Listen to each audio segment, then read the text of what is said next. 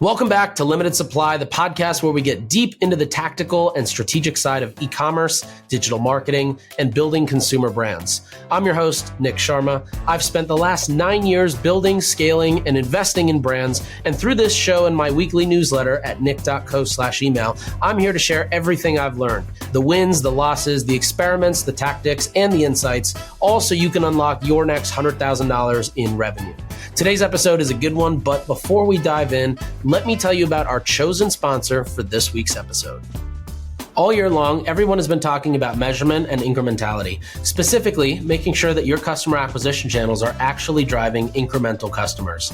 This year, everyone was looking for a new channel that has scale and drives actual impact. And at Sharma Brands, we test everything for clients. One that actually works, and I'm excited to partner with for limited supply, is AppLovin. Starting October 1st, AppLovin will be onboarding new advertisers who will be able to reach over 1 billion daily active users globally, with over 150 million of those in the US alone. Think about everybody who plays Wordscapes or Candy Crush, for example. AppLovin integrates your ads into their game experience where it feels natural. To stay in the loop about product features, creative best practices, and how other advertisers are using the platform, go to nick.co/applovin. That's nik.co/applovin. All right, welcome back to another episode of Limited Supply. I hope you're excited. Today is going to be a fun one. It's going to be a quicker one. And we're just going to basically go through a bunch of landing page tips. This is me looking back at a ton of landing page studies, a ton of customer acquisition funnels, a ton of performance marketing for brands that don't have strong brand awareness. And really looking at what worked and what didn't work. I think a lot of the times there are really beautiful landing pages shared, and they're coming from really beautiful brands, but it's hard to, in my opinion at least, the same reason I don't like to hire a growth marketer from a brand that is a very well-known brand, because, simply put, you just have to do less things from the get-go, or I should say from, the 0 to 25 maybe, in order to get things going. Obviously, if you're a well-known brand or a recognized brand and you're, 100, 200 million plus, it's a much different game. But a lot of times people are always asking me, I need to hire a growth marketer. Where should I look? And my recommendation is always go find people at companies who don't have good brand awareness. They've had to work much harder to hit those similar results and to hit their CAC goals and their ROAS targets. And they've also had to try, probably had to try, I have to put all the disclaimers in here, they've probably had to try a lot more things than somebody who comes from a brand that's really well recognized has had to try, because fewer things work when your brand is less recognized. All that said, I put together some landing page tips in the same kind of vein of thought, which is for a brand that's not super well recognized, but has got a product that delivers on its promise, and a product that clearly works and helps people out. I wanted to put together landing page tips that whether you have a really good built up brand or you don't, this should still convert and work well. The other thing I'll say too is obviously, this is going to impact your numbers once somebody hits the site. So if you're having issues getting decent CPMs or decent click-through rates, that's a whole other issue. And we can spend another episode on that, on just talking ad creative and kind of like tips, strengths, things to test, tactics, practical ways to go about better ad creative. But for today, let's get into some landing pages. So again, like I said, looking back at several different landing pages and different CRO experiments, I wanted to basically note down what are the, I've done those things where I do 60 landing page tips, 100 landing page tips, etc. What are like the ones that are the most impactful? So I'm going to just go through those. And if you have any questions, if you want to see examples, if you want to send your landing page to me and have me check it out, DM me on Twitter, shoot me an email. I'm just n@sharma.com, Mr. Sharma on Twitter. And let's get into it. So number one thing that I think most people don't do, and a lot of people don't do it because they're drinking their own Kool-Aid. So what do I mean by that? You're selling your product. Let's say it's a beanie, but you're the one that wears the beanie all the time. You touch the beanie all the time. You have it on, you see it in your closet. You're looking at the web page every day. So to you, you think that everything is already obvious, which is why you're not a great candidate to be one to kind of audit your own landing pages. But second to that is that you already believe in the product, right? So, which leads me to number one, which is you need to leverage a lot more social proof. A lot of people don't leverage social proof in their landing pages. And landing pages are entirely built to shorten or kind of, rapidize, make faster that conversion funnel, right? The whole process of somebody learning about what you're selling and why you're selling the product and what does it do for them and how fast does it get there and how does it compare to other options that are on the market? Is there an offer there, et cetera? That's really what is always on a landing page. But a lot of people always forget the social proof. Like, show me the proof that, thousands of other people have bought this and not had issues. Show me the proof that that you have people that are willing to say that whatever your benefits are actually worked for them. So sometimes that's customer reviews. That's just plain text and cited next to their name and maybe a little picture. Sometimes that's something like, a little line that says, I've seen something like 40,000 plus bottles sold, TikTok shop #1 seller. You can have badges like Allure Beauty's, top product, or Cosmopolitan, skincare awards winner. I'm just making these up, but these are all different forms of social proof. UGC on your product page or your landing page. Videos of influencers, screenshots of comments on Facebook, screenshots of comments on TikTok. These are all different forms of social proof. And you don't need to just have publications and paid celebrities. In fact, those are probably two of the least conversion impacting forms of social proof you can put into your funnel. Instead, I would try to focus on things that people feel are not fake. So comments, screenshots of TikTok and Instagram, Facebook comments, real customer reviews, even like videos. If you have any videos of your customers using the product, opening the box, showing you what's inside, that kind of stuff is the real social proof. But let's get to the next one. Next one is copy. So copy is 80% of what you sell. The reason is because, it's twofold. One is if your copy looks complicated just from glancing at it, if it's too chunky, if it's paragraph heavy, if it's full of jargon, if it's full of keywords and buzzwords, then people are going to see that and immediately be turned off from wanting to read further. However, if your copy is easy to understand, it's displayed in a beautiful hierarchy, meaning you can clearly separate right by looking at it, the headline from the subheadline, from the bullet points, from the paragraph copy to the copy under the iconography, to the price point, to the returns guarantee underneath the CTA. Like, if you can clearly see all those different pieces, that's step one. Step two is then making sure that your copy is actually good. It's got to be punchy, savvy, focused on the benefits, not the value props.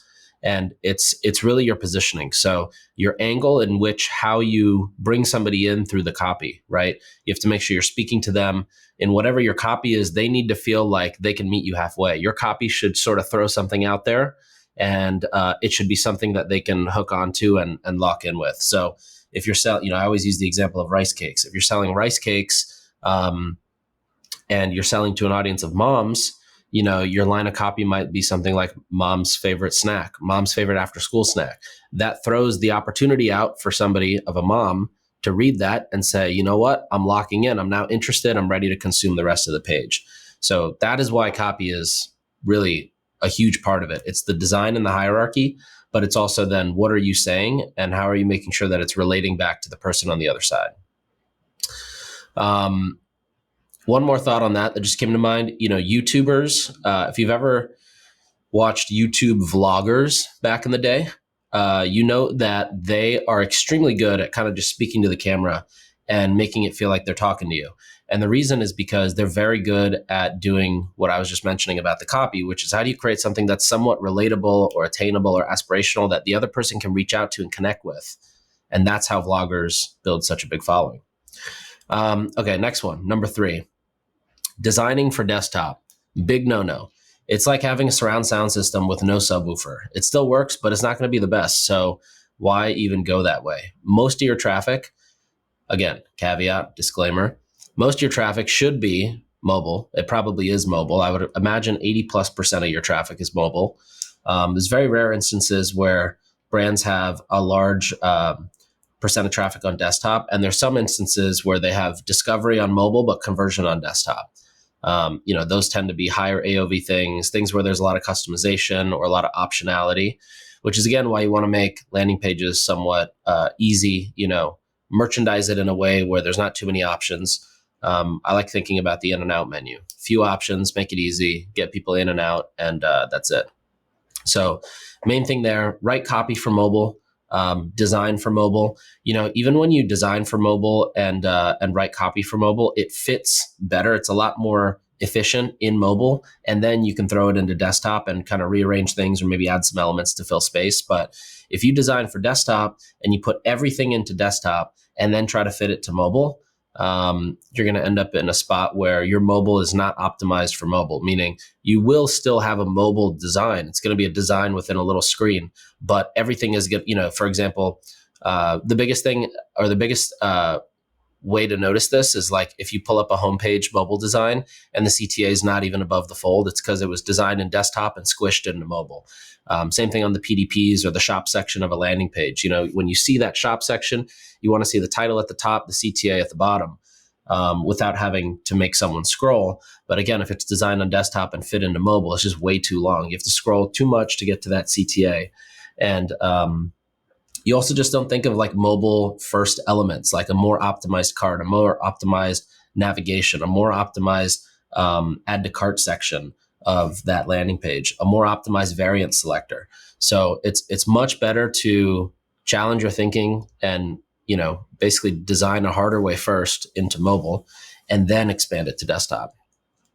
Next one is make your pricing, discounts, and your offers a lot more noticeable and bigger. The bigger the price is, the less it actually feels to somebody that you're hiding something. So conversion rate actually goes up when your prices are bigger.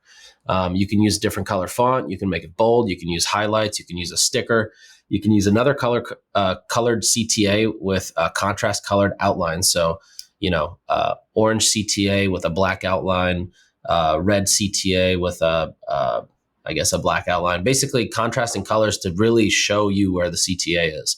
And again, obviously, you have to do this within your brand colors, but to be honest, you should actually look at a lot of, if you don't already do this, you should spend at least 30 minutes every couple days going on Ads Manager and seeing what people are launching and seeing their ads and where they're driving to. And you'll notice that a lot of the brands that are winning on a performance marketing basis, they care about their brand aesthetic, but they care a lot more about profit, as you should too.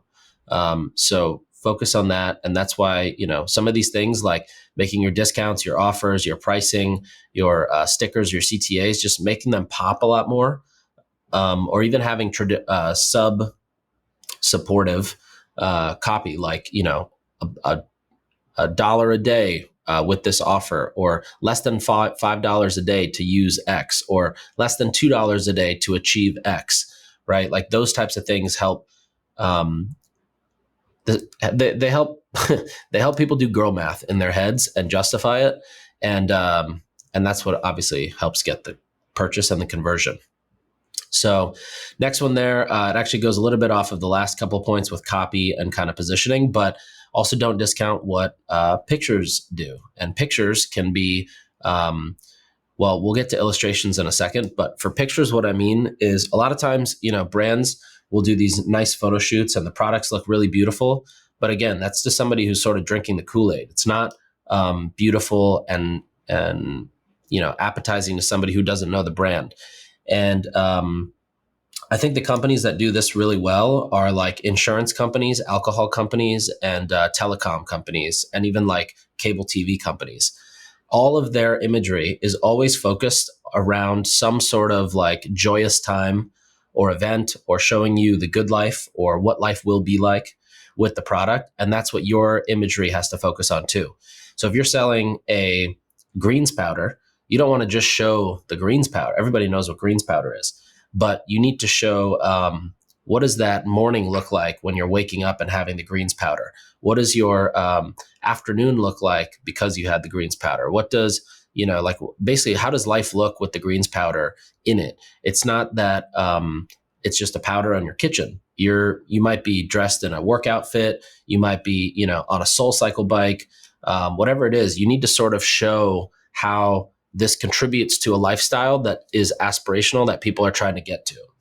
I remember too when I worked at Hint, I used to go to SoulCycle and just take pictures of the bottle in the SoulCycle bike. It wouldn't show the branding, but it was so obvious to people when you see the bike, you see the bottle in that little bike holder for the bottle, and you can see, a bike shoe next to it, or a pedal next to it. Like you can see the lifestyle that you're trying to bring somebody into. And of course, this does include illustrations, icons, graphs, charts. If you have anything that's education focused or scientific, supplements, for example, this is a great place to show a lot of those illustrations, icons, charts, etc. And last thing I'll say to the last couple of points here is the more you can use numbers, the better. You probably remember back in the day, BuzzFeed, all those articles and quizzes and anything that would go viral off BuzzFeed always had a number in the title. So the more you can put numbers in, the more trustworthy it is, but also the more real it feels to people. You know me, I only like to share things that are tactical, practical, and actually work. So that's why I'm excited to talk about AppLovin today. You've likely heard of AppLovin, but let me tell you why it's an exciting ads platform too. Starting October 1st, AppLovin will be onboarding new advertisers and soft launching their self-service platform. That means that by October 1st, you'll be able to reach over 1 billion daily active users daily. This season on Limited Supply, I interviewed Miranda, who scaled in $1,000 a day ad spend to $70,000 a day in AppLovin ad spend. The channel actually has real scale.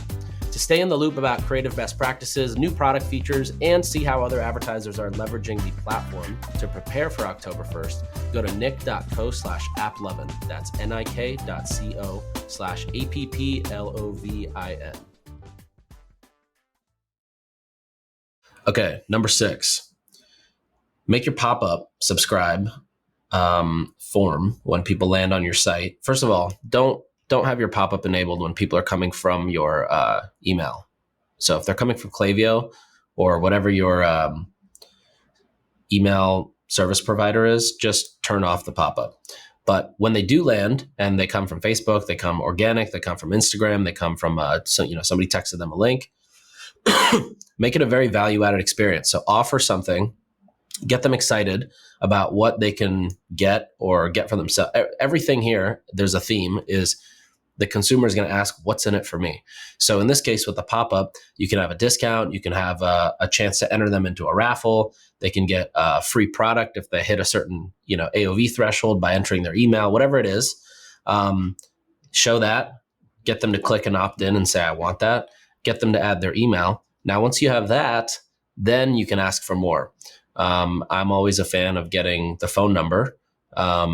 Email and phone number are like the two things there. But the more you can do to build out that zero-party data, whether it's asking for a birthday, where they live, any sort of preference in terms of products, like are they there to shop for men's or for women's or activewear or loungewear, whatever it is, the more you can do, the better, because then all of your communications going forward, your segmentation going forward, and not to make everything about AI, but like the more that AI gets integrated, the more kind of zero-party traits, or you could think of them as like adjectives that we can add to people's profiles, the better all of that is going to work in the future, because it's inevitable that is near and more going to get more ingrained in everybody's workflows.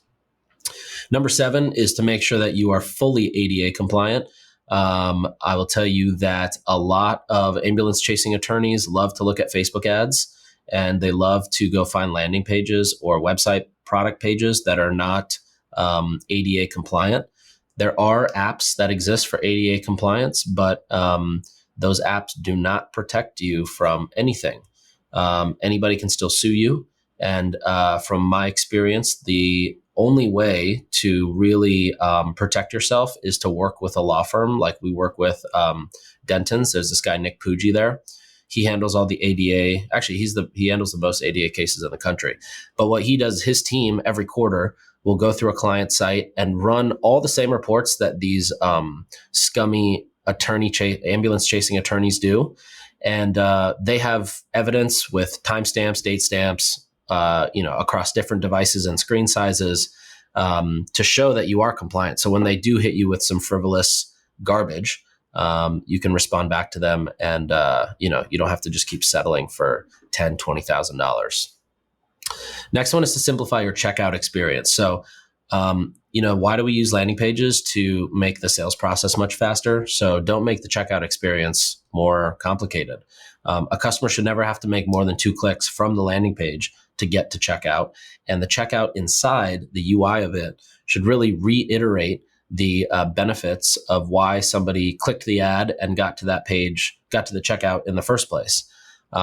Sometimes this is tricky to do. And so what I would recommend is if you're running more targeted or segmented campaigns and you're trying to think about how to reiterate, or you're trying to think about what to reiterate in the cart, given you have so many different audiences coming to the site and purchasing, whatever your highest evergreen performing benefits are for the brand, I would put that with maybe 1 or 2 reviews in your checkout process. And don't make it too complicated, but I would do that. And again, that's when people are going through checkout. You want to remind them that, again, they're not the first one to make the purchase. There's maybe a returns policy. There's a ton of people who are happy. And then, of course, reiterate, like, why do people love the brand, or why do they buy from the brand? Next one is back to the offer. So, a lot of times you might have a landing page with one offer. You might have one with 3 different offers. Maybe it's 3 different bundles somebody can buy. Whatever it is, you want to put the best offer at the top. And so if you've got 15%, 20%, and 25%, put the 25% offer at the top. Don't put the 15% offer at the top. Because again, if you're, and it's not tricking anybody because that option is at the bottom, but it buys you 10 seconds of their time to say, oh, 25%, let me scroll down and see some more. So again, you're not being deceitful, but you're just basically, it's just a little trick. I guess that's maybe the more gray hat trick of this list, but it's not really gray hat at all. But you're just finding a way to buy 10 seconds of their time and see if, you can earn more of their time based on what they see. Next one is to have a comparison chart. I've literally never seen a comparison chart that does not increase the conversion rate of a landing page. In one test we did, we saw, and this was for a subscription focused brand, but we saw the subscription LTV was significantly higher with the comparison chart. And it makes total sense, because why wouldn't you want to see, a lot of times for subscription products, people churn because their competitors are just aggressive in customer acquisition. Think about the meal kit space, the supplement space, the probiotic space, the beauty space. And so comparison charts sort of get that out of the way up front. It's like, well, these guys are all going to hit you up, but let me tell you why we are better than those guys.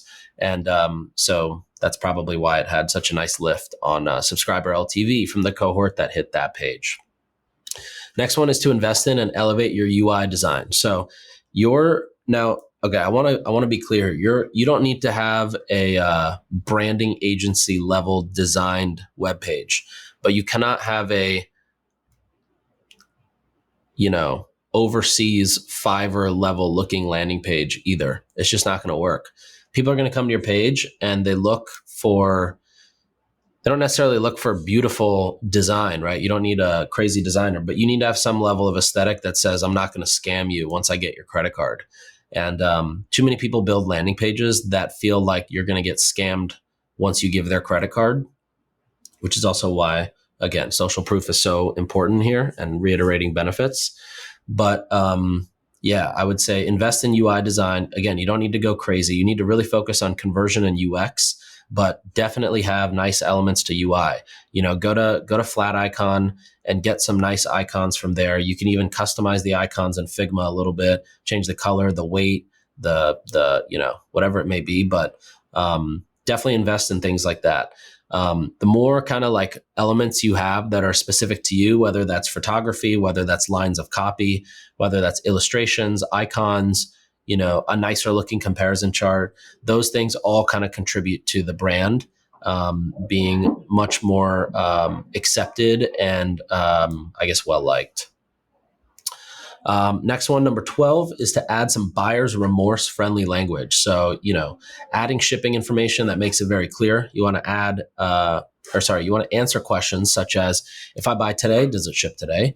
When does a product arrive at my door? What is the return and refund policy?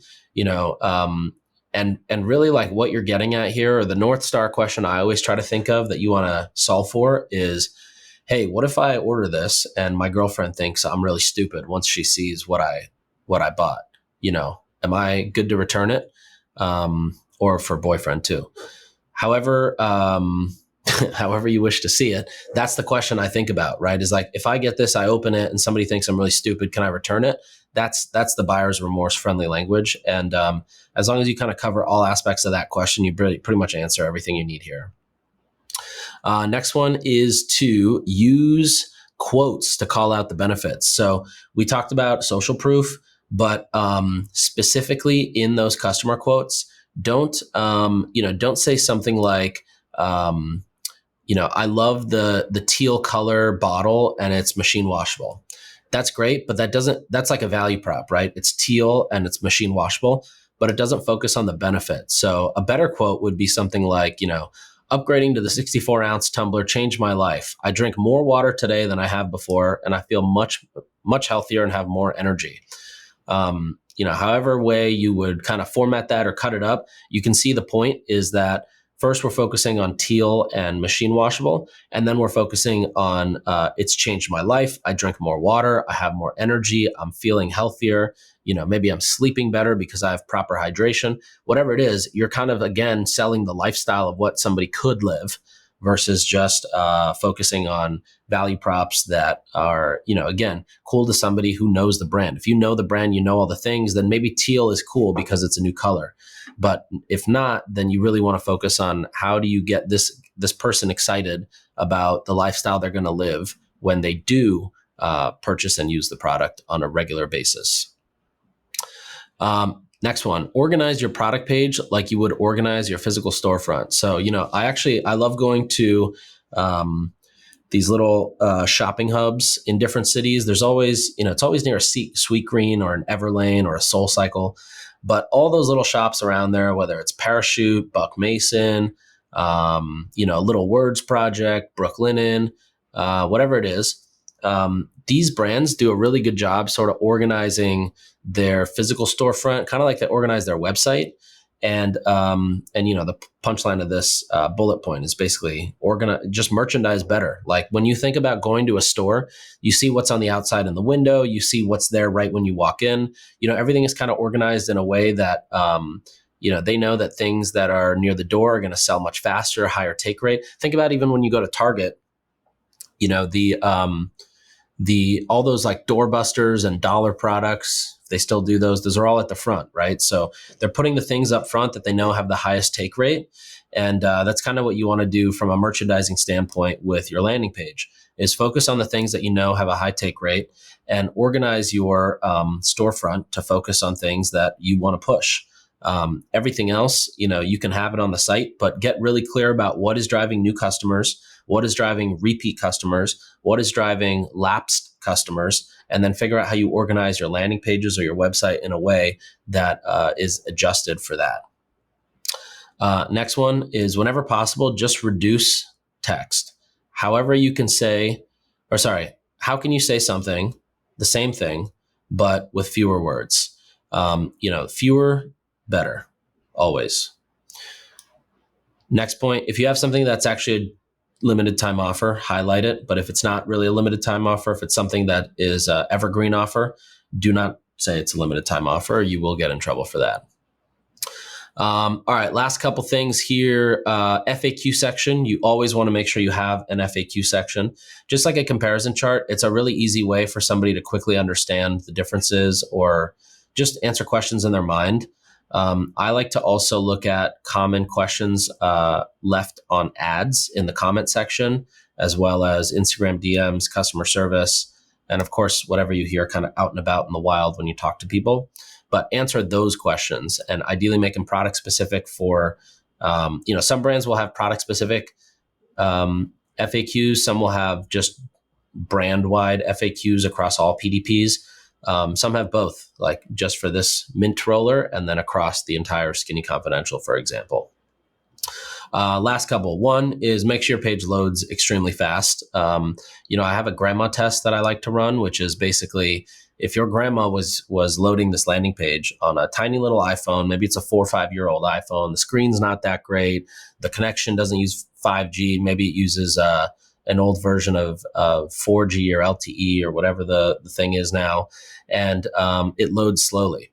So you got to make sure that all of that is locked. So it's got to be easy to read. Visually, it's got to be nice from a hierarchy standpoint. Copy's got to be easy to understand and skim. You want to have illustrations and icons. You want to make sure it loads fast. And again, you want to make sure that once grandma figures out what she wants, she can click, put her card in, and get out.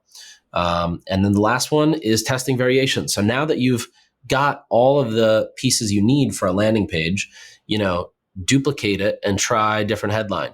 Duplicate it and move a section around. Maybe instead of having the section of the founder story at the bottom of the page, try bringing it up to the third section of the page or right beneath the shop section.